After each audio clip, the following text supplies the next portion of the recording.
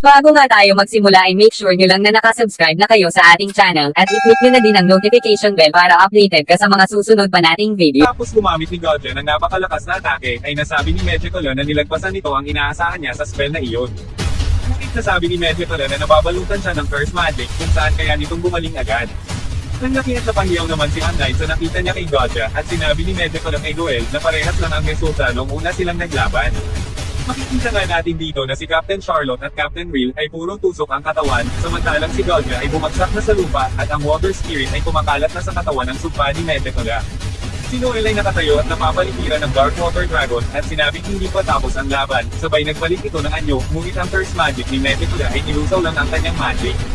Sinabi ni Medjugorje na wala ng pag-asang manalo si Noel at walang tao ang kayang lumaban sa kanyang Curse Magic na Decaying World.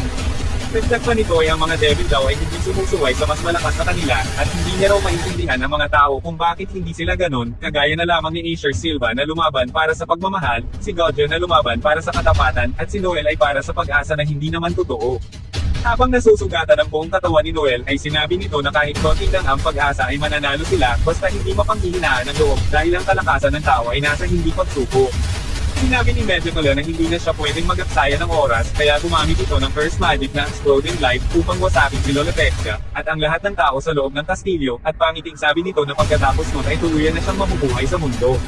Humiyaw si Noel at pilit inaabot ang kamay ng Reyna nang biglang nagulat ito sa kanyang nakita dahil si Asuka ay tumatingnan at niligtas niya ang Reyna sa pagsabog. Sobrang saya ni Noel na makita niya si Asuka at napatanong si Medjugorje kung sino raw ba yung dumating. Nakatingala si Noel kay Asuka at nasabi ni Asuka na naiwasan nila ang pagsabog, ngunit may sumpa pa rin ito sa loob ng katawan. Nagtaka naman si Libby kung ano ang ginagawa ng Supreme Devil dito kahit sa isang hit pa lang ang nakabukas. Sobrang lakas ng magic na inilalabas ni Medjugorje at sinabi ni Libby na hindi sila mananalo kung hindi sila magde-devil union ni Asuka. Napagtanto ni Medjugorje na si Asuka ang anti-magic user kaya naman nagmadali na itong inactivate ang sumpa sa dalawang babae upang mamatay na ito at makawala na. Nagulat si Medjugorje dahil nawala na ang simbolo sa katawan ng dalawang babae, at bigla itong napatingin sa baba, sapagkat buhay pa pala si Captain Charlotte at sinabing kasama pa rin daw siya sa laban. Nagtaka si Medjugorje kung bakit buhay pa rin ito, at napansin niya na tumataas ang mahika ni Captain Charlotte, at patuwang sabi ni Captain Real na ang kanyang mahika kanina ay kayang patasin ang mahika ng kakampi, ngunit doble ang gamit na balik ito kapag natapos na ang magic. Sobrang namangha na naman si Asuka sa mahika ni Captain Real at sinabi ni Captain Real na kung hindi dahil kay Asuka ay hindi ito aabot bago ang pagsabog. Natuwa si Medjugorje sa pinapakitang lakas nila Asuka kaya naman nagpakawala ito ng mahika upang buhayin ng mga namatay na tao at 100 katao na naging demonyo ang nabuhay.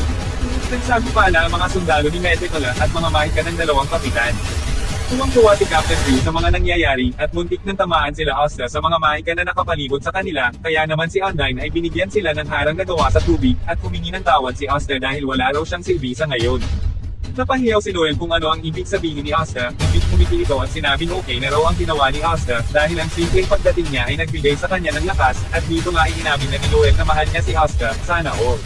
Ngunit nasa gitna daw sila ng laban kaya naman magpo-focus muna siya sa pagpatay kay Medjugorje at bigla nga itong nagpalit ng anyo sa kanyang same stage, at ito na nga raw ang muling pagpapalit anyo. Nabilit na naman si Asuka sa mahika ni Noel at sinabi ni Noel na si Asuka muna ang bahala kay Lolopexia. Sumusugod na sila Noel, ngunit nakaharang ang mga sundalong demonyo at nasabi ng Water Spirit na wala na silang sapat na safe power upang harapin ang mga ito. Kaya naman si Captain Real ay gumamit ng Picture Magic at makikita natin na naglabas ito ng napakalaking hari na may kasamang buhawin at nasabi nito na kailangan niyang magbigay ng backup sa kanyang kasamahan. Nagpakita din ng bagong mahika si Captain Charlotte at naglabas nga ito ng malaking sibat na gawa sa kanyang sanga, at silang tatlo ay sabay-sabay na umatake kay Medjugorje. Natuwa ng labis si Medjugorje dito kaya naman naglabas din ito ng mga higanteng devil upang itapat niya sa mahika ng ating mga bida. Aatakihin na si Noel ng higanteng devil kaya naman napahiyaw si Captain Real dito, buti na lamang ay dumating si Locke sabay sinipa nito ang ulo ng devil at pangiting sabi na lilinisin niya ang dadaanan ni Noel. May isang liwanag ang nagpakita sa malayo at biglang pinakita si Godja na nakatayo at sinabing dapat na ay patay na, ngunit para sa kanyang Reyna ay lalaban pa raw ito. Napatawag sa pangalan ni Godja si Locke at dito nga ay nagtabi na ang dalawang lightning magic user at sinabing gawin na nila ang pag-atake nang biglang umalangkada ito sa mga kalaban at para bang kahoy lang ang mga ito sapagkat natutunaw lang ang lahat ng kanilang daanan, kasama na dito si Medjugorje. Nakalapit na si Noel sa Supreme Devil, ngunit naglabas ito ng harang upang mapigilan si Noel at nagpalabas ito ng patalim upang patayin na ito, ngunit may isang harang ang pumalibot kay Noel upang maligtas ito. Ang mahika pala na iyon ay kay Captain Nozzle at sinabi nito kay Metetola na sino raw ba siya upang magpakitang muli at matagal na niyang hinihintay ang pagkakataong iyon. Dito ay binolicon ang nakaraan ni Nozzle at sinabing noong nagkaroon ng sumpa ang kanilang ina ay hindi ito alam ng ibang kapamilya nila at inisip na lamang ay dahil sa pagkapanganak kay Noel. Nagkaroon din pala ng sumpa si Nozzle na bawal niyang sabihin ang tungkol sa sumpa ni Asher dahil mamamatay siya at kung sino man ang pagsabihan niya ay mahahawa ng sumpa. Sinabi ni Asher kay Nozzle na huwag magmadali sa pagiging malakas at pangitin sabi nito na pagdating ng araw ay mas magiging malakas pa raw sila kay Asher. Isang taon ang nakalipas ay namatay na nga dito si Asher at nasabi niya sa kanyang sarili na kailangan niyang maging malakas. Nakikita niyang lumalakas ang dalawa niyang kapatid, ngunit alam niyang walang laban ito kay Metetola, at kung si Noel ay walang pag-asang lumakas, ay mas mabuti na lamang na ilayo na lamang ito sa laban.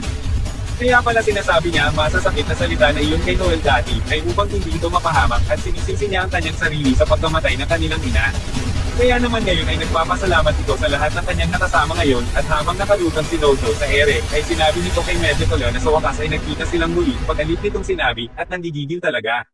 Naglabas ng napakaraming patalim si Nozzle at nakahanda ng atakihin si Metetola at ang demonyo naman ay naglabas din ng mahika upang sanggahin ang atake ni Nozzle. Naalala ni Nozzle ang sinabi ni Asher na nagtataglay daw siya ng lakas ng bakal at lambot ng tubig at ang atake ni Nozzle ay lumulusot lamang sa mahika ni Metetola at tuluyang nawasak ang katawan nito. Sinabi ni Metetola na hindi raw kayang wasakin ni Nozzle ang puso ng isang Supreme Devil, kaya naman ang tugon ni Nozzle ay nagkamali daw siya sa paglalayo kay Noel, at biglang lumitaw si Noel sa harap ni Metetola at tuluyang binasak ang puso nito. Habang nawawala ang Supreme Devil ay nasabi din ito na minaliit niya ang mga tao at hindi niya raw akalain na matatalo siya dito. Biglang pinakita ang napakakinis na puwet ni Noel ay mali sorry na dala lang. Biglang pinakita si Asher na niyakap si Nozzle at Noel at doon ay naramdaman nila ang presensya ng kanilang ina at ang magkapatid ay napaluha dito. Tuluyan ang nawala ang epekto ng kapangyarihan ni Metetola at kahit ang sumpa ni Lola Petra ay nawala din at nasabi ni Oscar na nagawa din ni Joel. Nagkaroon na din ng malay ang Reyna at napatingin ito sa kanyang katawan at patarada itong humingi ng sorry kay Oscar dahil ang katawan niya ay walang saplot. Kaya naman si Noel ay sinundok siya pataas dahil sa nakita nito at si Noel ay niyakap ang Reyna dahil sa sobrang saya nito.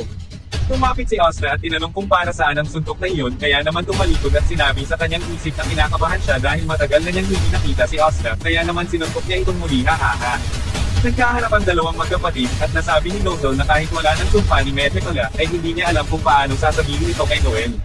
Sa kabilang duwako ay humingi ng tawad si Captain Real dahil ang spell ay mawawala na at makakaramdam na sila ng matinding sakit at tugon naman dito ni Captain Charlotte ay salamat dahil nakatagal pa sila sa laban dahil kay Captain Real. Tumatakbo ang Reyna papunta kay Dodja at masaya si Dodja na nakita niyang okay na ito, ngunit biglang pinakita na babagsak na ito, kasabay ng pagbagsak ng dalawang kapitan. Kaya naman ang Reyna ay gumamit ng water recovery magic upang pagalingin ang tatlo, ngunit umiyak ito dahil hindi niya mapagaling ang pinsala na natamong nila. Sinabi ni Oscar na wala din magagawa ang kanimang Demon Destroyer Sword at biglang lumitaw si Vice Captain Natch at sinabing hindi lahat ng nagwawagi ay nabibigyan ng reward. Ngunit sinabi nito na dala niya ang pinapadala nilang Magic Knight at pinakita nga dito si Mimosa na ubod ng ganda, ang sarap niya grabe. Sinabi nito na hindi niya hahayaang mamatay ang lahat kaya naman gumamit ito ng Ultimate Plant Magic at tinagulat ito ni Natch dahil ang sugat ng tatlo ay walang hirap niyang pinagaling. Sobrang natuwa sila Oscar dito at ang Reyna ay humingi ng tawad sa mga nangyari sa kanya at tugon naman ni Dodja ay ginawa niya yung hindi lang dahil isa kang spirit organ at bigla niyang sinabi na mahal niya ang Reyna kaya naman sobrang nagulat ang lahat dito. Dagdag pa ni Dodja ay sinabi niya iyon bilang babae at sobrang namula dito ang Reyna at hindi na alam ang gagawin at napatanong si Dodja kung may nasabi daw ba siyang mali. Si Noel naman ay hindi rin alam ang gagawin sa kanyang naririnig at sabi naman ng Water Spirit ay sa kanya daw ang Reyna pero kung si Dodja daw ay hindi na niya naituloy ang gusto nitong sabihin. Sinabi ni Captain Nozzle na kailangan nilang iligtas sila Yomi at nasabi naman ni Nat na mas lumakas pa daw sila Noel isa sa kanyang inaasahan at naisip nito na isa na lang ang natitirang Dark Dryad. Sa kabilang dako bago mamatay si Megicala ay pinakita ang laban nila Yuno at dito ay sinabi ni Sinan na tatapusin niya ang laban dahil nag-aaksya lamang sila ng oras at napamura ang dating Vice Captain at ano raw ang kanilang gagawin. Tugon naman ni Yuno ay bigyan daw siya ng 3 minuto ni Landris at sa susunod niyang pagkatake ay tatapusin niya na raw si Sinan. Hanggang dito na lamang ang episode na ito at kung may mga tanong kayo ay i-comment nyo lang sa baba at sasagutin ko yan mga Lodi. See you to my next video.